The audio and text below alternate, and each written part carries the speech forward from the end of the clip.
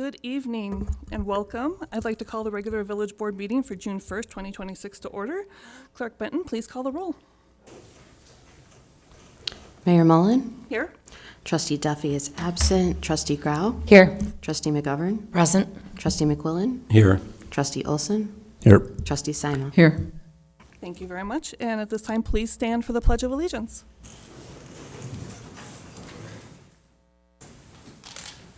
I pledge allegiance to the flag of the United States of America and to the republic for which it stands, one nation, under God, indivisible, with liberty and justice for all.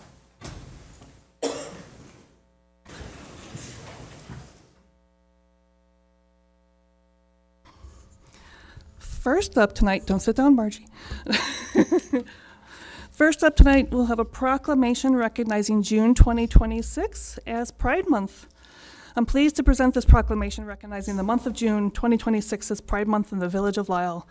I'd like to welcome Naper Pride, Equality Downers Grove, and P-Flag DuPage to this meeting, and invite Margie Wolf and NarrowQueer committee members Kelly Kent and Olivia J. to the podium to accept the proclamation.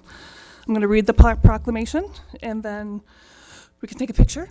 And if you guys would like to say anything afterwards, you're more than welcome to. The proclamation reads, whereas the month of June is celebrated throughout our nation as Pride Month to recognize the progress achieved by the lesbian, gay, bisexual, transgender, questioning, intersex, asexual, and two-spirit community. And whereas Pride Month is the positive stance against discrimination and violence towards individuals who identify as LGBTQ and serves to promote self-affirmation, dignity, equal rights, increased visibility, community building, and to celebrate diversity. And whereas supporting Lisle's LGBTQ community aligns with the village's strategic performance area to develop and support a safe and welcoming community. And whereas the Mayor, Board of Trustees, and village staff are committed to making Lisle a welcoming community for all of our residents, businesses, and visitors. And whereas the Village of Lisle recognizes work remains to achieve full equality and inclusion and acceptance for the LGBTQ community, and desires to foster an inclusive village where all people feel valued, safe, included, and supported, especially by their community leaders. Now, therefore, I, Mary Jo Mullen, Mayor of the Village of Lisle, do hereby announce and proclaim June 2026 as Pride Month in the Village of Lisle, and I urge all residents, businesses, institutions, and organizations to join us in celebrating with the members of our LGBTQ community by working to prevent discrimination, eliminate prejudice, and to make our village vibrant, safe, and inclusive for all. If you guys want to come on down, I'll present the presentation.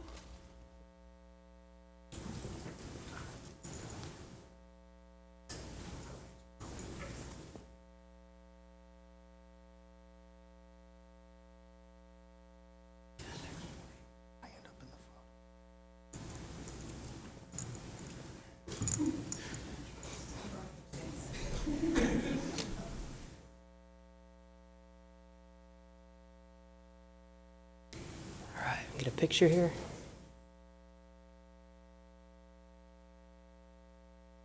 All right, 1, 2, 3. I'll do one more. 1, 2, and 3. Great.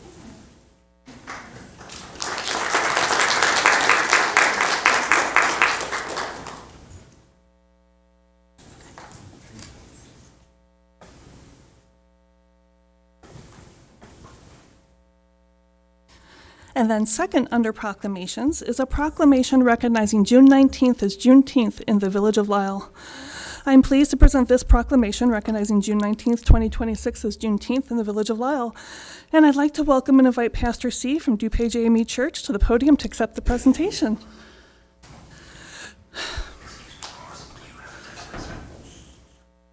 The presentation reads, whereas in December 1865, 2.5 years after the Emancipation Proclamation, the 13th Amendment formally abolished slavery and involuntary servitude in the United States of America.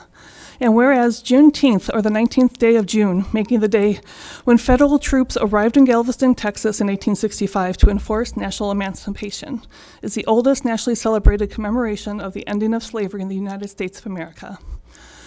And whereas since 1865, Juneteenth has been recognized as a special day of celebration of freedom and has grown into a day of honoring, learning, and sharing the history, culture, and achievements of African Americans. And whereas the Village of Lisle remains dedicated to serving all residents, businesses, and visitors with equal dignity and respect. And whereas the Village of Lisle strives to build and sustain a culture of hope, unity, and understanding and respect of our common humanity. Now therefore be it proclaimed, I, Mary Jo Mullen, Mayor of the Village of Lisle, recognize June 19th, 2026 as Juneteenth in the Village of Lisle and call upon all individuals to take this moment to celebrate the goodness of all people by engaging each other and educating ourselves on our nation's history and the role of the African American community therein.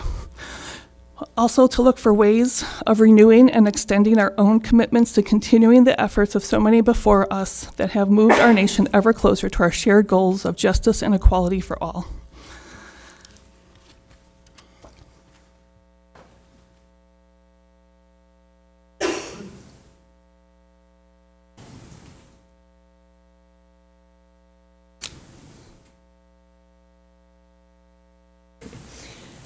All right, 1, 2, 3, and we'll do one more. 1, 2, 3. Great.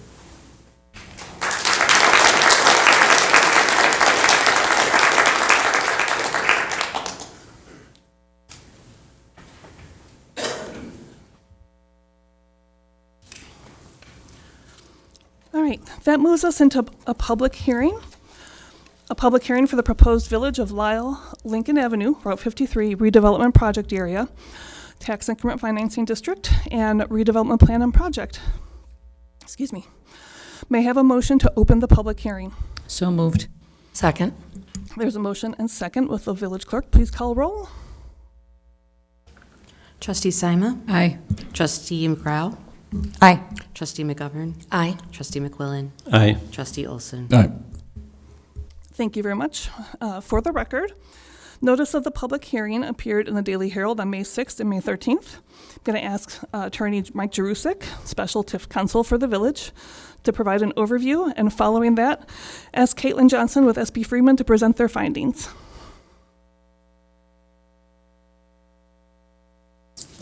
Good evening, Mayor and Board. Glad to be back. We are in the home stretch of this process, creating the Lincoln Avenue Route 53 TIF district. It's a commercial corridor TIF. The intent is to be a new home for your Honda dealership and their automotive group, other dealerships. We had a joint board of review meeting back on June 28th. That went through. Really no public comment out of that. We got a favorable recommendation from the joint board of review members with a caveat. They wanted to have an intergovernmental agreement for a small TIF increment revenue share component for this particular TIF. That is part of their recommendation, though it's non-binding, it's merely advisory. We did prepare a intergovernmental agreement that dealt with the increment sharing, consistent with that concept. So tonight is about going through your public hearing requirements, hearing from Caitlin Johnson on how the proposed TIF plan checks all the boxes in terms of the criteria that are necessary to create this TIF. As the mayor indicated, we've checked all the boxes in terms of newspaper notice publications and mailings to the appropriate parties. So without any further ado, if we don't have any questions, turn it over to Caitlin to run you through a PowerPoint and to run you through the TIF plan. Thank you, Mike.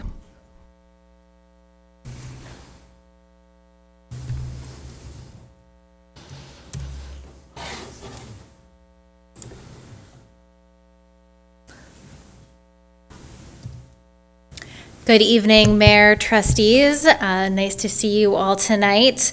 As Mike mentioned, tonight we are in the public hearing for the Lincoln Avenue Route 53 RPA. You'll see the numeral 2 here. This is for the reestablishment of this district.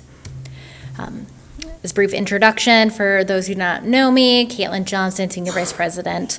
We are the village's TIF consultant, so we advise on all the matters related to TIF designations as well as structuring TIF assistance. Tonight, we are talking about the proposed redevelopment project area. It is comprised of 53 parcels, 67 acres, and 18 primary buildings. Of those parcels, 36 are improved, 17 vacant, and the district is comprised of a variety of land uses, including commercial. There are a few residential, single-family homes, institutional owned land, and then vacant properties. The district, as you see here, is kind of bound between I-88, Warrenville Road, and Ogden Avenue along Lincoln Avenue. In order to establish a TIF district, there are a number of eligibility factors that must be found. This is outlined in the state statute, or the Illinois TIF Act. There are different criteria that must be met for improved land, which are parcels that have buildings on it, versus vacant land. In order to designate a district with improved land, there are two paths to eligibility. It can be designated either as a blighted area or a conservation area. In this case, we did find a conservation area, so at least 3 of those 13 possible factors, and at least 50% of the buildings are 35 years of age. Our eligibility process is very detail-oriented. Although we did have this TIF established just a year ago, we have gone back and updated all of the eligibility analyses, updated memos, reviewed those memos, reviewed new EAV data, went out, reconducted field work to make sure that the plan that you are seeing today reflects all of the facts that are on the ground today. As I mentioned, we found the improved parcels did qualify as a conservation area with 94% of buildings aged 35 years or older.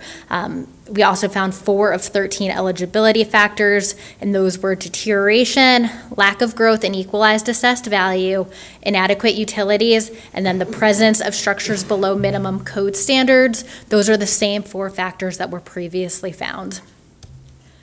So diving into those, the first factor that we'll discuss is deterioration, and this was found on 26 of 36 improved parcels. This is actually a slight uptick from the previous iteration of the eligibility eligibility study, as there are a few additional parcels that have some more surface deterioration than we had seen previously. We did find that this factor is meaningfully present and reasonably distributed throughout the proposed RPA. We also looked at the lack of EAV growth and found that the improved parcels had EAV growth that was less than the growth rate than the balance of the village for 4 of the last 5 year-to-year periods, as well as the EAV growth in the proposed RPA had been less than the consumer price index for, again, 4 of the last 5 year-to-year periods. You'll see here that we've actually added an additional year of EAV since we put the eligibility study on file with the clerk. EAV data for DuPage County has become available, so we wanted to make sure you had all of the facts that this still qualified. We also found inadequate utilities, and this is based off of an updated memo from the Department of Public Works, where we found 34 of 36 improved parcels have some level of flooding risk based on the FEMA maps and inadequate utilities as it relates to the levee that protects those improved parcels. As you are all aware, this area is in a flood zone, so we found this factor to be present to a meaningful extent and reasonably distributed throughout the proposed RPA. And then the final factor that we saw was presence of structures below minimum code. Stormwater and floodplain regulations within the village or Lisle were established by the 2022 DuPage County Countywide Stormwater and Floodplain Ordinance. That is a mouthful, and has since been amended by the village of Lisle by Title 12. We found that 18 of 18 primary structures do not conform to those codes, as they were constructed prior to the adoption of that ordinance.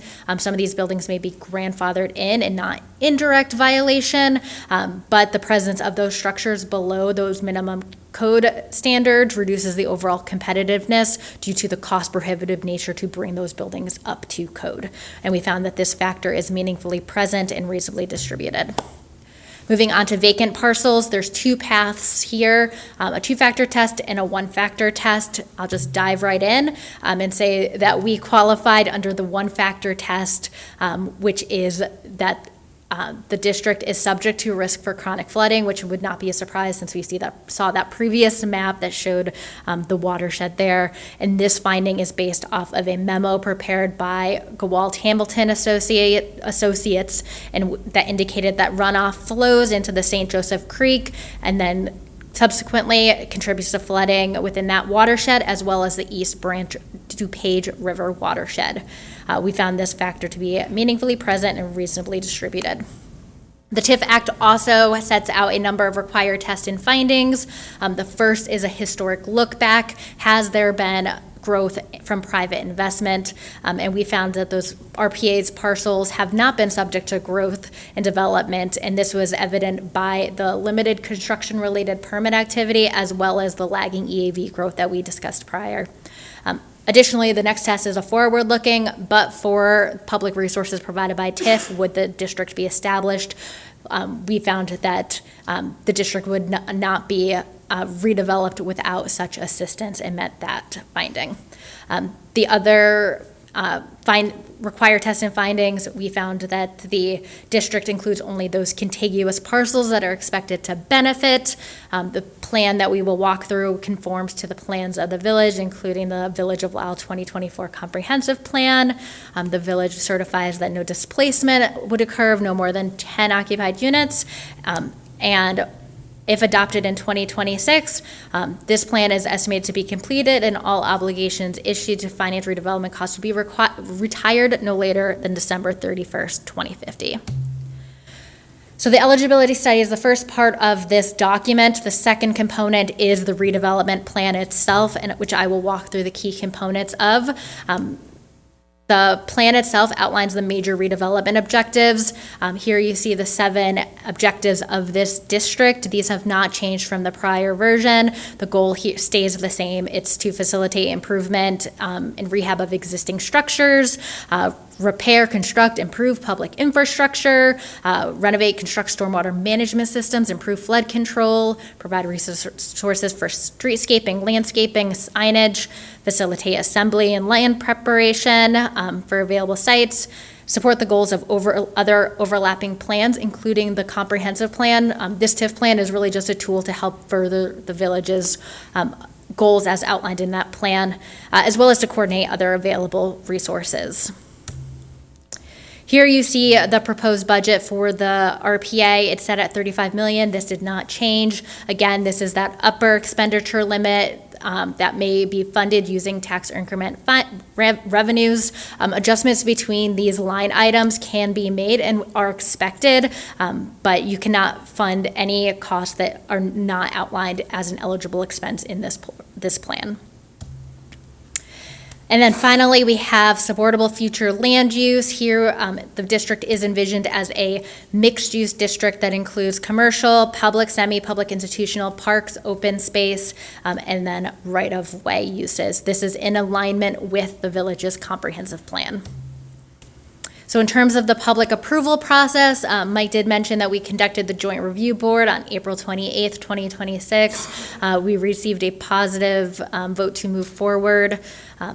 Tonight we are conducting the public hearing, and then on June 15th, it would go in front of you all for consideration. And that is the end of the presentation. Happy to answer any questions. Thank you. Are there any questions or comments from any member of the board? Yeah, a brief, can you go back to the slide that just showed the plan, the mixed use? Yes, that one. Okay, I know that there are still residences, particularly along Dorset, maybe over off of Middleton, and I don't see single-family homes listed as an expected use in the future. I assume that we're not talking about, and this may be for staff as much as it is for you, We're not talking about condemnation or changing anything about those single-family homes or, That's a great point to clarify. This is the supportable future land uses, so these are the land uses in which TIF funds can be used to support in the district. So no changes anticipated to that. thank you, that's my only question. Anyone else up here? Okay. And is there any public comment specific to the TIF? Anyone here for that? Seeing none, then I'll ask for a motion to close the public hearing. So moved. Second. There's a motion and second. Will the village clerk please call roll? Trustee Simo? Aye. Trustee McGovern? Aye. Trustee Grau? Aye. Trustee McQuillan? Aye. Trustee Olson? Aye. Thank you. The public hearing's closed, and we will continue moving forward through the process. That brings us for tonight to public comment. Is anyone wishes to provide public comment? Just as a reminder, Village Code provides individuals up to 5 minutes per person. If you want to come on up, come to the podium for comment. I would just ask also that you please state your name for the record, please.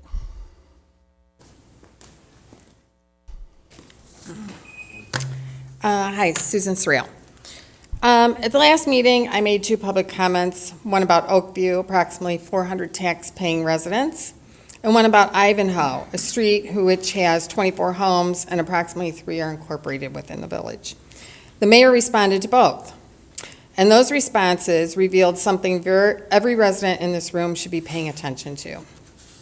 When discussing Oakview, we were told this board has been working on the issue, that briefings have occurred, that updates have been provided, that information will continue to be shared as it becomes available. Then, when discussing Ivanhoe, we were told that residents have been seeking relief for 3 to 4 years. The village worked with the highway commissioner and coordinated with agencies. Funding opportunities were identified, government partners came together, and a path forward was created. The mayor explained this happened because residents approached the village asking for help. Now think about that, 3 to 4 years. And government found a way. Government found funding, partners, urgencies, solutions. That is exactly how government is supposed to work. But Oakview residents have a question. What happened during the other 17 years? Because Oakview residents have not been asking for help for 3 years. We've been asking for over 20 years. And we've been paying taxes into this village for 68 years. 68 years. For 68 years, Oakview residents have paid for roads, police, fire protection, schools, and village operations. Paid for the services every taxpayer has told they are entitled to expect from their local government. For decades, Oakview residents have also generated substantial revenue through the village's wheeling agreement and utility-related revenue stream.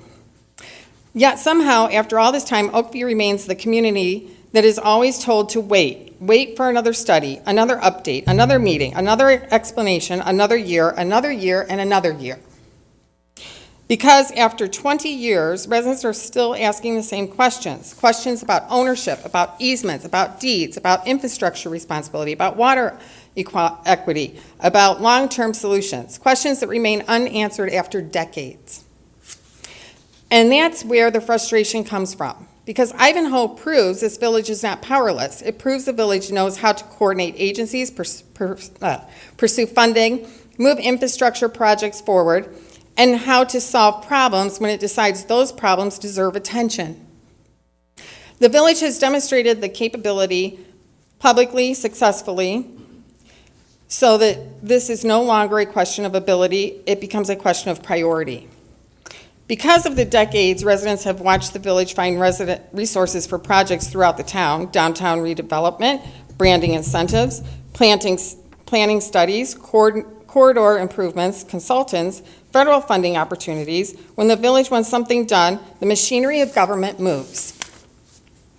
But when Oakview asks for equal treatment, suddenly everything becomes complicated. Suddenly there are obstacles. Suddenly there are limitations. Suddenly there are reasons nothing can, suddenly there are reasons nothing can be done. The mayor stated Ivanhoe was a direct response to residents asking for help. I agree. That is exactly what it was. The difference is that Ivanhoe residents received attention. Oakview residents received explanations.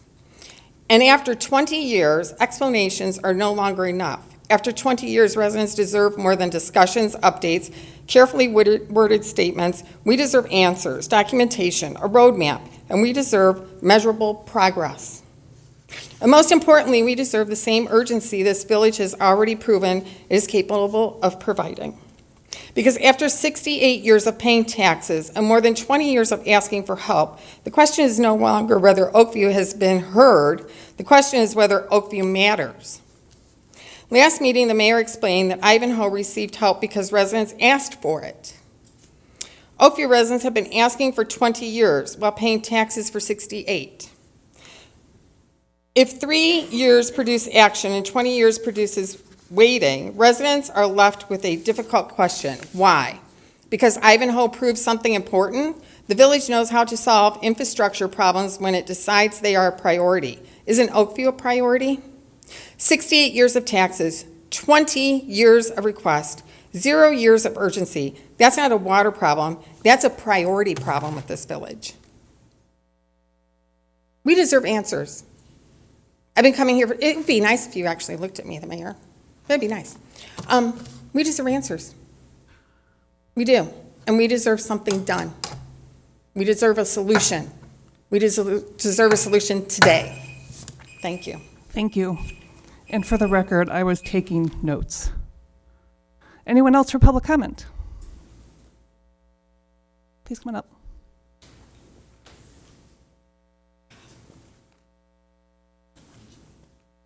Hello, everyone. Congratulations on that hearing. They don't all go that way. It was very nice. My name is Julie Schnell, and I'm here tonight because I'm representing the Corporate Woods Homeowners Association. I am the current president, and I'm here to voice our opposition to the application that was submitted by Kindy Academy for the building at 2275 Cabot Drive. Now, this probably hasn't come to you yet, but I know that you're keeping an eye on it informally, probably watching planning and zoning and things like that. So I wanted to give our opinion on what's happening over there, because we're keeping an eye on it too. So the applicant, as you know, is seeking a major change to the Corporate Lakes Phase 1 planned unit development and a special use permit to convert the 4-story office building that's there into a private school, alongside constructing a new gymnasium and outdoor athletic facilities. You may have seen that if you've reviewed the package at all. So to achieve this, they are asking for an unprecedented 20 separate departures from the established standards. That's quite a few. This is not a minor adjustment, it's a wholesale dismantling of the zoning safeguards that protect our community. So let us be clear, the building as it stands today already required a special use permit when it was originally constructed. So we're piling changes on top of changes, exceptions on top of exceptions. So when we layer these already heavily customized variations on top of one another, it's a clear signal that the property is fundamentally unsuitable for the intense use that's being proposed. And our primary reason for opposing this application is that allowing a private school entirely disrupts the quiet enjoyment of the area. It shifts the entire culture of the corridor from what should be quiet, prestigious district into an institutional zone. And because the school operates as a 501c3 not-for-profit, this conversion provides zero property tax benefit and zero public benefit to the village of Lisle. So furthermore, it sets a dangerous precedent for further not-for-profit expansion in the corridor, while simultaneously increasing the burden on local infrastructure and emergency services. So beyond this obvious macro planning failure, the operational reality of this site would be a detriment to our community. 4-story office building is a highly improper and potentially dangerous environment for a school. It's vertical. Schools are horizontal for a reason. The vertical nature of the structure complicates emergency egress for children. And retrofitting an office environment to meet strict school safety compliance just creates a square peg in a round hole. There's too much change that would have to happen to this building to make it safe to occupy by children.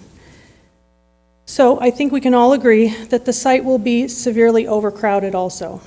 Jamming a new gymnasium and outdoor athletic facility onto this lot is an improper physical fit for the acreage available. Because of these additions, the property is severely underparked. The applicant relies on a complex theoretical system of scheduling gymnastics to justify how everyone's going to get in and out of this site. And one look at it, and anyone who's ever done pick-up and drop-off knows this is going to be chaotic. And we don't have to guess how the school is going to manage the chaos because we can look at their track record. They have demonstrated that they are not a good neighbor in their current location on Middleton Avenue, and that the school, as the school has grown beyond its intended cap, nearby residents have been subject to daily speeding, severe parking violations, and the surrounding streets are routinely clogged. The traffic safety rules are ignored, and pickup and drop-off hours can't be managed properly. So I'm not sure we want to duplicate that environment on a much larger scale. For these reasons and more, we are asking for a meeting with each one of you. I sent over a letter today that has many more details in it, and several have responded already, and I really appreciate that.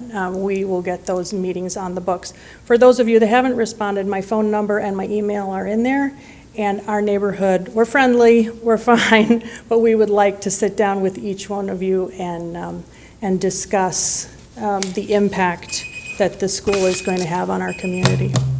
Thank you very much. Yeah, thank you. Anyone else for public comment? Seeing none, that'll bring us to the consent agenda. Just making sure I didn't skip them. Yeah.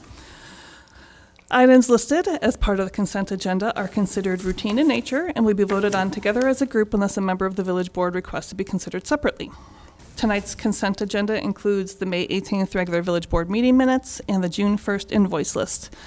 So if there's a request to discuss an invoice item, please ask for the item to be removed and be considered separately. Does anyone wish to discuss anything from the consent agenda separately? Excuse me, item A. A? Alrighty. So because we want people in the audience and those watching at home to know what we're voting on, I'll ask Village Manager Cook to provide an overview of each item on the consent agenda. Certainly, Mayor. Thank you and good evening, Mayor and members of the Village Board. Tonight's consent agenda includes, I'll just mention what item A is, the approval of the regular Village Board meeting minutes for May 18th, 2026, which has been removed from the consent agenda for separate consideration this evening. Item B approves the invoice list for June 1st, 2026 in the amount of $941,829.96. Item C approves an ordinance increasing the number of Class 2 and Class 6 liquor licenses by one each for issuance to the new restaurant downtown, Sunnyside Social. Item D approves an ordinance granting a special use permit for a ground floor office with a home renovations showroom located at 4754 Main Street. The Planning and Zoning Commission unanimously recommended approval of VC Remodeling's zoning request last month. This business will fill an existing vacancy in the downtown previously occupied by a tailor. Item E approves a resolution authorizing issuance of a purchase order for fuel to WEX Incorporated in the amount of $114,280. This purchase is made through the State's Department of Central Management Services Joint Purchasing Program. For WEX fuel cards, which are used to fuel the village's regular unleaded vehicle fleet at retail gas locations. And then lastly, item F approves a resolution authorizing issuance of a purchase order for diesel fuel to Al Warren Oil Company in an amount not to exceed $81,780. And for diesel fuel, the village purchases that through a joint bidding process with DuPage County. Fiscal year 26-27 is the third option year of the last bid, which was awarded to Al Warren Oil Company. Staff is recommending village board approval of items, I'll go with B through F, as presented. Thank you for the review. May I have a motion to approve items B through F? So moved. Second. There's a motion and second. Any public comment on those items? Any village board discussion? Seeing none, Clerk Benton, please call roll. Trustee Sima? Aye. Trustee McGovern? Aye. Trustee Grau? Aye. Trustee McQuillan? Aye. Trustee Olson? Aye. And items B through F are approved. That will lead back to item A, the meeting minutes. Is there a motion to approve item A? So moved. Second. Is a motion and second. Any public comment on our meeting minutes? Any further discussion? All right, Clerk Benton, please call roll. Trustee Sima? Aye. Trustee McGovern? Aye. Trustee Grau? Aye. Trustee McQuillan? Aye. Trustee Olson? Abstain. And the minutes pass. Next up is our regular agenda. And first on our regular agenda is an ordinance amending Title V, Chapter 7 of the Lisle Village Code. Is there a motion to approve this ordinance? So moved. Second. There's a motion and second. Would Director Smetana please provide an overview of this item? Yes, thank you. Good evening, Mayor. At the April 20th, 2026 Committee of the Whole meeting, the Village Board directed staff to prepare a zoning ordinance text amendment that would eliminate new data centers as a permitted use in the I-1 zoning district. Staff prepared a draft of that text amendment. That text amendment draft recognized that data centers legally established in the I-1 zoning district prior to January 1st, 2026 would be authorized to remain as a permitted conforming use in the I-1 zoning district. The Planning and Zoning Commission conducted a public hearing for the proposed text amendment on May 20th. There were no objectors present. Several individuals spoke in support of the proposed text amendment, and the Planning and Zoning Commission voted to recommend approval of that text amendment. This evening, staff is recommending approval of the proposed ordinance amending Title V, Chapter 7 of the Lisle Village Code. Thank you very much. Is there any public comment on this item? Any board discussion? Seeing none, Clerk Benton, please call roll. Trustee Sima? Aye. Trustee McGovern? Aye. Trustee Grau? Aye. Trustee McQuillan? Aye. Trustee Olson? Aye. And motion passes. Next up is a resolution authorizing approval of a proposal with SB Friedman Development Advisors, LLC, for Downtown TIF Development Advisory Services. Is there a motion to approve this resolution? So moved. Second. There's a motion and second. Would Manager Cook please provide an overview of this item? Yes, thank you, Mayor.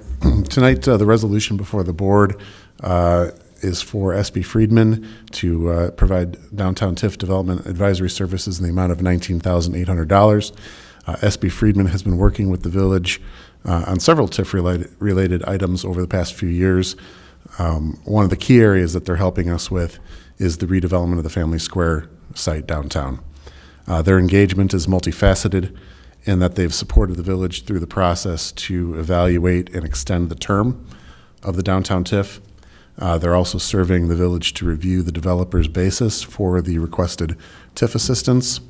And they're also preparing documents needed to review and approve a local major amendment to the TIF district to actually formally go ahead and extend its term.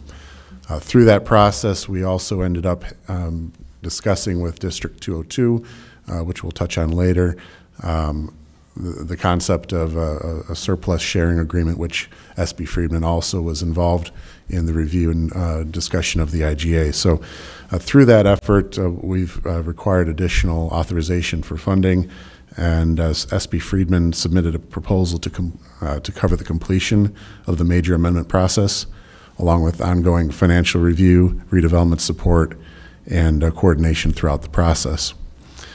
Staff is recommending approval of the resolution as presented this evening, and that concludes my report.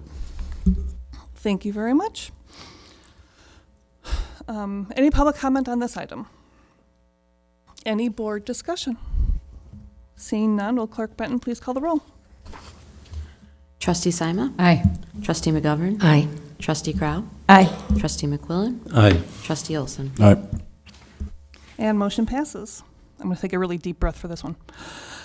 Next up is a resolution authorizing the approval and execution of an intergovernmental agreement between the Village of Lisle and Lisle Community Unit School District Number 202 relative to the sharing of a portion of the tax increment generated by the Village of Lisle Downtown Redevelopment Project Area Tax Increment Finance District. Is there a motion to approve this resolution? So moved. Second. There's motion and second. Would Manager Cook please provide an overview of this one? Yes, thank you, Mayor. This item is a follow-up to the process to extend the downtown TIF district. As part of that process, as I mentioned, we engaged in discussions with District 202 about the surplus of Arbor Station. Part of this was the state requested support letters from each of the underlying taxing bodies before they would consider special legislation to actually grant that extension.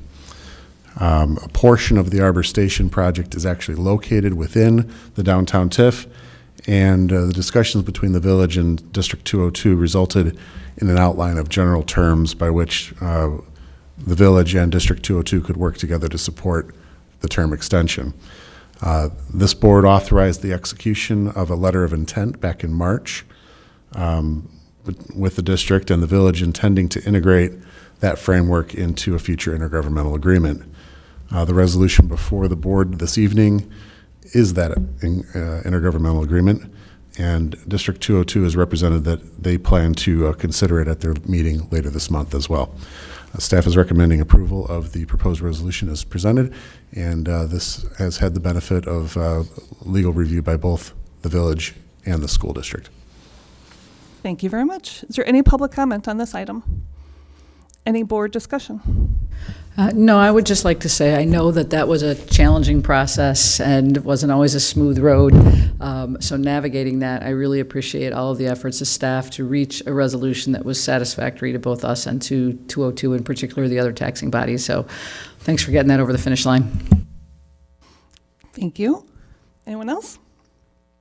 I will just add that while this agreement is with 202, really, the school district is the one who negotiated this with us and went through this whole process. In a TIF like this, and Manager Cook, jump in if I misspeak, but if one body gets some sort of relief or some sort of a portion of the incentive, all of the taxing bodies do. So while the agreement is with Lisle 202, Fire District, Library, everyone's going to also get the surplus from Arbor Station's development, just so everyone's aware of that. Any questions on that piece? Just, okay. Anything to add specific to that? No, nothing really to add. It's just the state law requires when you declare surplus that it's surplus to everybody, not just one. So what you have said is correct. Thank you. All right. Seeing no more board discussion, will Clerk Benton please call the roll? Trustee Sima? Aye. Trustee McGovern? Aye. Trustee Grau? Aye. Trustee McQuillan? Aye. Trustee Olson? Aye. And motion passes. Last up on our regular agenda is a resolution authorizing the execution of a professional service agreement with MGT Impact Solutions, LLC, for the executive recruitment and selection services for finance director. Is there a motion to approve this resolution? So moved. Second. There's a motion and second. Would Manager Cook please provide an overview of this item? Thank you, Mayor. The village board previously approved contracts with MGT Impact Solutions, LLC for interim financial staffing, as well as recruitment of an assistant village manager. At the time, recruitment of the finance director was contemplated to occur following the selection of an assistant village manager.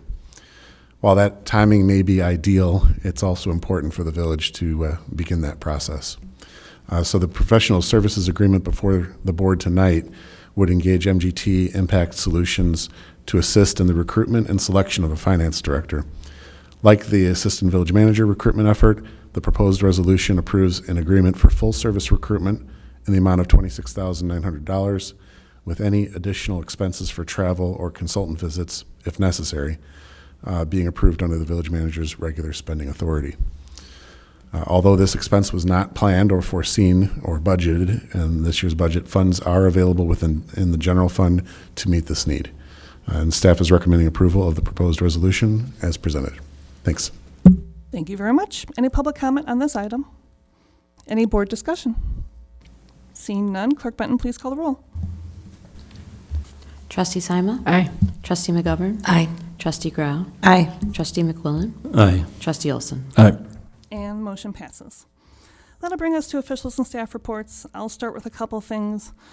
Just to clarify, related to the public comment around Ivanhoe, I'd love to take credit for all of that happening, but that really was the highway commissioner just simply asked us to do a resolution of support. A lot of the work has been happening from the highway commission side. We're just trying to support the effort. We have a very tiny piece of Ivanhoe that's in the village. The rest of it is unincorporated. I also want to thank Representative De La Rosa and Senator Ellman.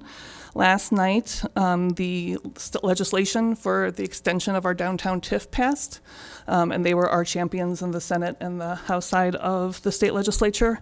So I just want to really thank them for pushing that over the line before they were adjourned for this session. With that, I will ask if any trustees have a report. Just a couple things I wanted to say, especially since we have still been talking about Illinois American Water. I don't know, I want to make sure that the public knows, especially everybody that lives in Illinois American Water, that the ICC has the July 14th opportunity for public comment for anyone affected. It's regarding the rate increase, so just making sure people know 7 to 9 on July 14th if they want a chance to have their voice heard. Second, I wanted to say that I've had positive feedback on the upgraded French Market location and booths, so kudos on that. And lastly, this week is the first week of the Food Truck Festival, so hope to see everybody there.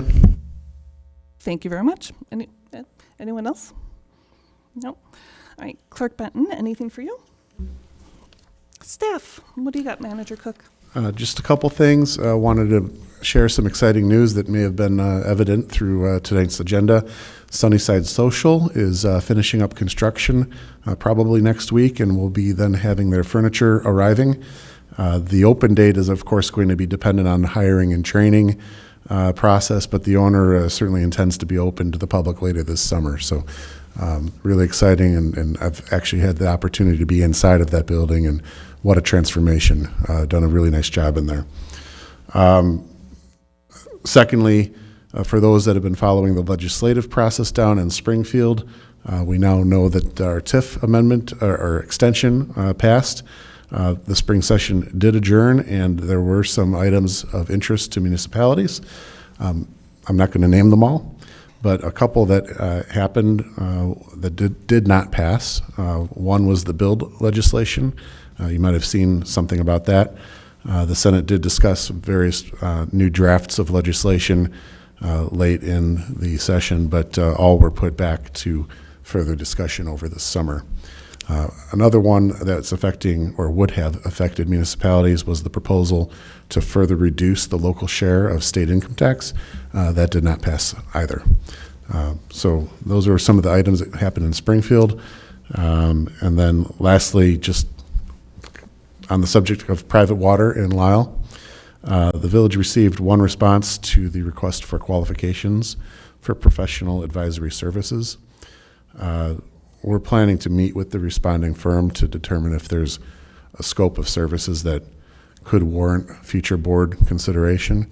And so while these things aren't happening real fast, it continues to progress, and we're hoping to find some additional professional input that can help guide the board in terms of your options. And that's all I have tonight, Mayor. Thank you very much. With that, I'll ask for a motion to adjourn. So moved. Second. Village Clerk Benton, please call the roll. Trustee Olson? Aye. Trustee Grau? Aye. Trustee McGovern? Aye. Trustee McQuillan? Aye. Trustee Sima? Aye. And we're adjourned. Thank you very much.